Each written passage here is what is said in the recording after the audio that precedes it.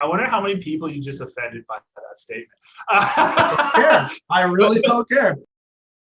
Well, what's going on, everybody? Kelland Mark Wilson, digitalfreedommovement.com. On today's podcast, we got a really interesting one for you. We're going to be talking about a few different things, mainly being something called the 2Cs. What are those and how are they impacting you, your life, your family's life, and your future? Okay, so the first C is choices. Second C is commitment to those choices.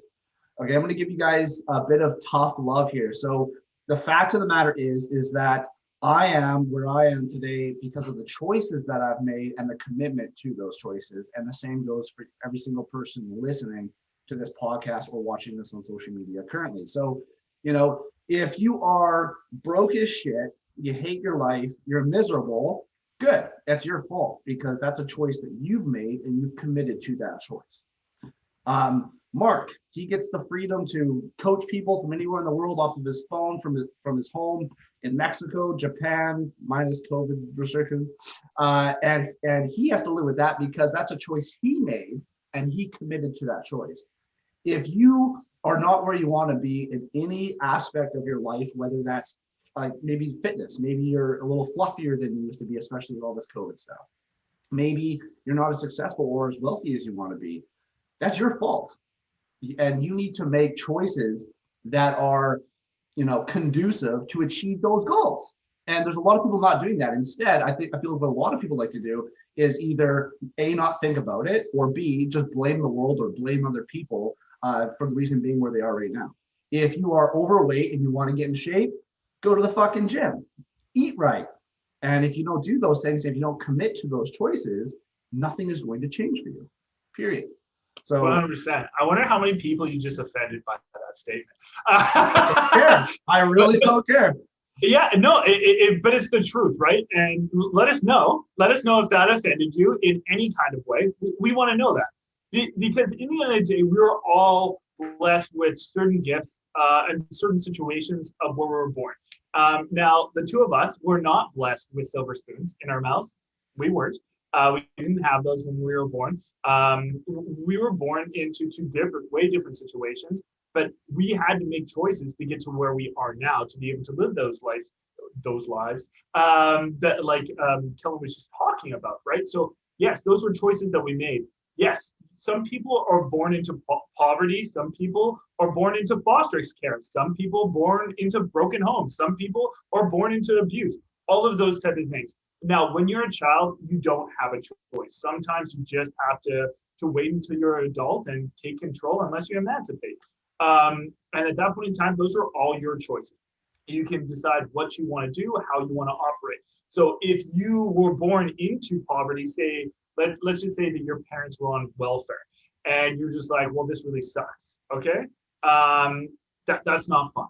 And you're just like, well, I'm now an adult. The only jobs I can get are fast food restaurants. Yeah, cool. Guess what? I worked at a minimum wage job when I was 18 too. But that doesn't mean for the rest of your life you're a minimum wage employee or that's where you have to do. And you're like, well, my time's worth more than this.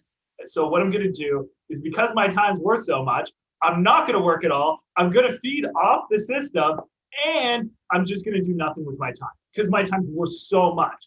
And with these thought patterns, it's so counterintuitive to the actual commitment of where you want to go. You're never going to get to the place you want to go unless you align your actions, your thoughts, your beliefs with that. So as Kelland was saying, if you want to live the life that Kelland and me do, as we were just talking about going to Mexico, if you want to just at the drop of a hat go to Mexico, then hey, you have to align your actions to be able to live that life. You can't be like, yeah, that's the lifestyle I want. I want to have $100,000 in the bank account. I want to be able to fly first class when I go somewhere. I want to do all these things. And then when you get home, you sit on the couch, you turn on Netflix and play video games. You're just not going to do it, right? Like that's your commitment. You're focused and committed on the shitty behaviors. And when you have shitty behaviors, you're just going to get shit back, right? Yep. Some of you guys might be listening to this or watching this and thinking to yourself, what gives Kelland the right to say that? Look where he is now. What gives him the fucking right to say that? I'll get really deep. I'm going to get real honest, real fast. When I was 19, 20, got into drugs, started doing drugs. I lost everything. I in debt, lost my family, my kids, pretty much on the street. Okay. And the reason why I, hit that area in my life in the first place is because I used to blame the world for my problems. Oh, it was my upbringing. Oh, it was my mom, my dad, this and that. I would blame everybody else. And the cold hard truth is that no one gives a fuck about your problems. No one cares about your problems. And you are the one, I was the one who got me into that position, right? I made those choices, and it was up to me alone to change that, right? No one wants to, like, no one gives a shit about your sob stories or how hard your life was. Okay. If you make bad choices, you're going to get bad results. Man the fuck up, start making better choices. And that's exactly what I did. Got a job, paid off my debt, got a better job as a mechanic. After that, started my first online business and quit that. I've been doing this now over 5 years. Was it easy? Fuck no. There's no such thing as fast, easy money. And if you think for 1 second you're going to make $1 million overnight by putting in 5 minutes workout, that's not going to happen, and you're going to fail at everything you do. Becoming successful, guys, is very, very difficult, right? Well, think about it. I was in a place where I knew nothing, had a drug addiction. I had no money. I had nothing. What do you think? It was fucking easy for me to take those steps and to own my shit and to move into a better direction? No, I had to learn a lot of skills, and I had to invest money. I had to invest time to get to where I am today. And by no means was that easy. But if I just start right back then, right now, you take everything I have to do again, I'll do that shit with ease. Because as I've said before, becoming wealthy is hard, being broke as fuck is hard. Choose your hard. Okay. So that gives there's me no such thing as an overnight success, though, right, bro? Like, you didn't become the man that could have been able to have success in online business just because you're like, oh, I clicked this button and gave somebody my piece of plastic, right? You became the man that was able to do that through a bunch of other decisions and commitments to being a better person and having a better life, right? Well, yeah, committing to that change, number one. But it's really, really funny that the pattern that I see in some of the people that I coach, they have very similar upbringings as I did. They went through a lot of pain, a lot of struggle, a lot of hurt. And initially, a lot of people go towards the blame game. And then eventually they end up owning their shit, just like I did, and then they have growth and so on and so forth. But I think it's how we deal with our pain and our struggle and the problems that occur to us and happen to us on a daily basis that makes us who we are. It's how we decide to react to the problem. And so I'll give you an example. So Mark, I know you had struggles and stuff growing up as a kid. Mine were a little bit, I don't want to say, like, I don't want to even sensitive, but I'm going to say a little bit more brutal. And so let's say, and this is the thing I see all the time. So let's say you've been through a shit ton of trials and tribulations. Maybe you grew up as an orphan, or you foster care, this and that, or what have you. You've experienced so much pain, so much struggle at a young age, and you're able to overcome that pain and that struggle and to make it to where you are today. And so I feel like those types of people are less affected when bad things happen to them now, because they've already overcome so much. Whereas if you see, I'm going to say Mr. Bob, who's had the perfect life, or, a not as difficult life, gets hit with the same problem, it kind of demoralizes them and shuts them down. And it's like, oh my God, this is so bad. How do I ever recover from this?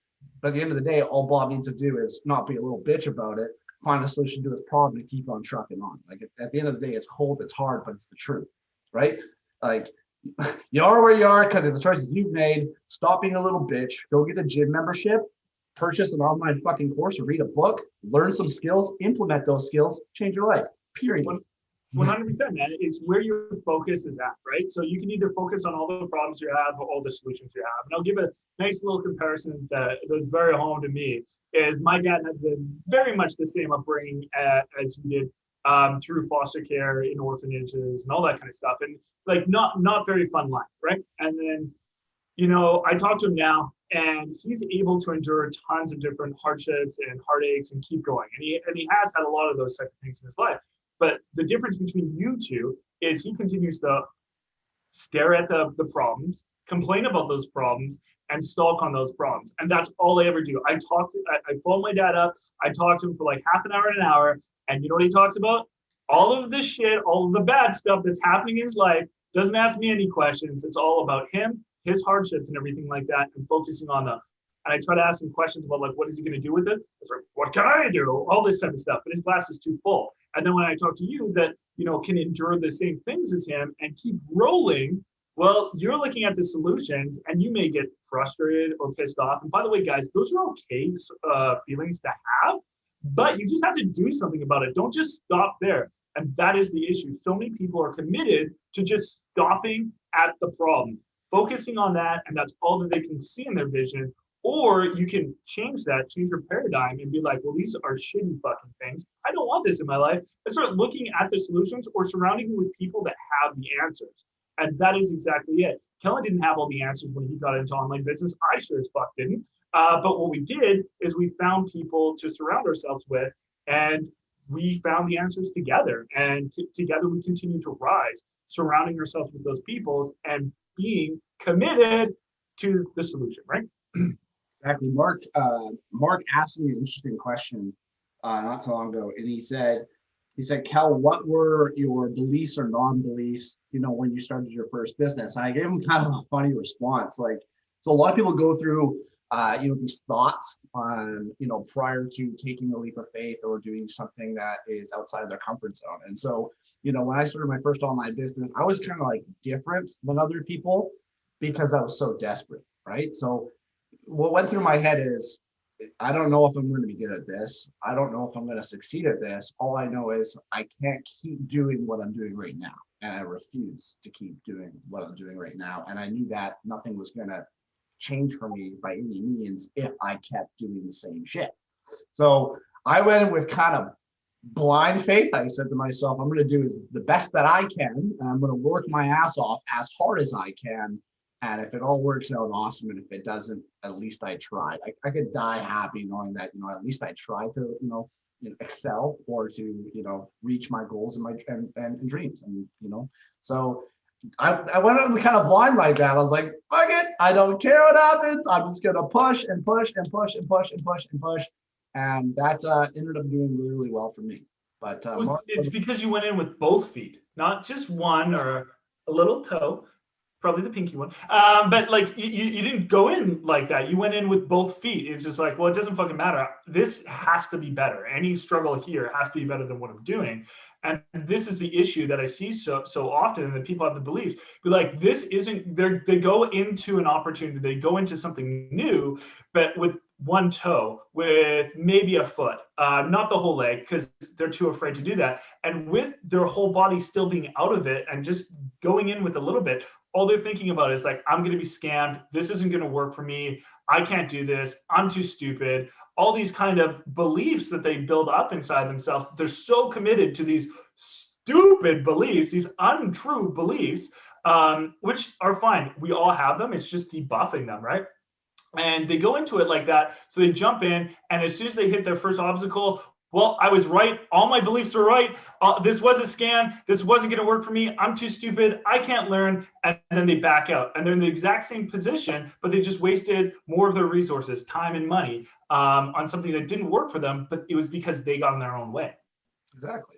Like, I'm getting really sick of saying this, but again, you can succeed at anything as long as you, as Mark says, have both feet in, right? Like if it's been done before, then it can be done again by you. Right? You just need to leverage the skills, learn the skills, and implement them in the correct way to get the same result that Joe Blow did, right? And yeah, Mark, you were totally right. It was either win at this and succeed or die, and that was my option. So I went tits out, and good things happened. That's the end. For sure, man. There's a reason why there's a book written on the power of full. What is it? The power of full commitment? No, it's something along that. I can't remember what I read it like 2 years ago. The power of it will come to me. But when you do that and go in with everything that you got, you will be successful. You just have to stay there. And so many people are looking for that backup plan, that one way out, and focusing on, okay, well, if this doesn't work, what can I do here? Or what can I say? Or how can I go to the next thing? And it's just like, why think about the next thing when you have this thing in front of you? Why think about what's going to happen when it doesn't work? Just think about what happens when it does. And that's exactly what Kel did. And that was exactly what I did too. Like I was reluctant to give 100% into it. when I first got started, but I got to the point where Kelland slapped me in the face, and then I was just like, yeah, this has to work. I'm not going to shame my family. I'm not going to like go and continue to work and be treated like shit by my boss, because that wasn't the life that I was willing to convert to. I was willing to convert to a better life and continue to level up instead of stay the same or get worse, right? That's right. You know what? Actually, you know what I see in you, Mark, is at games you're very competitive and you hate to lose. Like, seldom do you lose. So it's fun when me and Mark together to play a game. It's like very back and forth. And so it's like, you know, it almost feels like winners are separated from other people. It's like that pure sheer determination drives us to win. And if we can't win, then we learn the skills needed to win, right? It's kind of interesting. I'm gonna start going to casinos and like spying on people, just watching them play cards or like hold them or like whatever it is, right? So yeah, it's kind of interesting. Yeah, 100%. Because like I know when I'm playing with you, and I can see it, and I do the same thing. Is you're always strategizing in your head. It's just like, oh, this motherfucker, he's beating me right now. I'm gonna take him down. By the way, that book that I was trying to remember is The Power of Full engagement, full engagement. That's the word I was missing there. Just go in with full engagement to everything, and you'll be so much better. It's just like relationships. If I didn't give Kelland 100% and Kelland didn't give me 100%, do you think we'd be such good friends or be able to feed off each other or anything like that? Oh, that's right. That's right. I wanted to touch on one more thing, and that was for those of you who have the fear of not being good enough. Again, cold hard truth. When you first start anything, whether it's online business, whether it's offline business, whether it's a new job, chances are you're gonna suck at it and you're not going to be good enough, right? It's not about being good at something, guys. It's about putting in the fucking work and showing up to become good at it. I shared a video that, like, one of the first videos I ever recorded and shot as an ad video for social media. Sucked so bad. It was horrible. And then I look at, you know, some of the, you know, go lives and videos and stuff that I do for you guys today. And I go, what? That's not even the same person. It's a completely different person. Fact is, I wasn't good enough 5 years ago, but I'm getting better now. And every single year I strive to look back on myself and say, wow, that guy's a fucking idiot. Or that guy sucked. He's not very good. If you can like become a better version of yourself every single year and make the last years you look dumb, you're growing. Like, that's like conquer the world type motherfucker right there. So anyways, Mark, anything you want to add to that? Yeah, man, it's just you're in competition with yourself in a year from now, and I love that. Like, if you're always competing just with yourself, like I don't compete with Kelland. Kelland doesn't compete with me. We take jabs at each other, but it's just more of just brotherly love, kind of fun stuff. But in the end of the day, we're on pathways where we are here. The person that we are going to be in a year from now, and we're trying to fuck that guy up and beat him, and that's what we're trying to do on our pathways. And if you can focus on being better than that person in a year from now, you're going to win, right? If you're not a better person next year, I'm going to beat the shit out of you. And you full right to hit me in the face with a baseball bat if I'm not a better me. Oh my god, that's too funny. But you guys should see this video though. Like, Kelland looks totally different. He looks like a little boy. He's a big old man now, but he looks like a little boy in this video. It's pretty good. But yeah, guys, just focus. Like, you don't need to be good enough now. It's about the journey that you're on and getting there. Because when you were born, you weren't good enough to walk or talk or ride a bike or drive a car, none of those things. Did you stop? Did you just sit there on the ground, lie there on your back like a turtle? Like, nope, life's over now. I'll just wait for the vultures to come pick me up. No, you continue to learn. You just kept falling on your butt when you tried to stand up, right? You kept walking, falling, scraping your knee, all those kind of things, right? And that's part of the journey. No one knows everything at the beginning. And for me, I knew nothing about social media. Like, I posted on Facebook maybe twice a year when I got into online business. So I knew nothing, guys. I was the definition of starting at the big zero. And it's more about like where you're going than being like, well, I need to know everything prior to starting. That is impossible. You can't know everything until you start trying and get experiencing at it and doing it, right? 100%, dude. 100%. It's a non-stop bump and grind. And Mark, it's funny you say. Mark said, "Kelland, you look like a little boy." That was 5 years ago. And I think more so the reason, like, has my bone structure changed much? Maybe a little bit, but more so, I think I've gained like 40 pounds of lean mass and muscle in my body. And it's a bump and a grind, guys. Like 5 days a week, 6 days a week, balls out, like pushing your body to its maximum limits. And it does not happen overnight.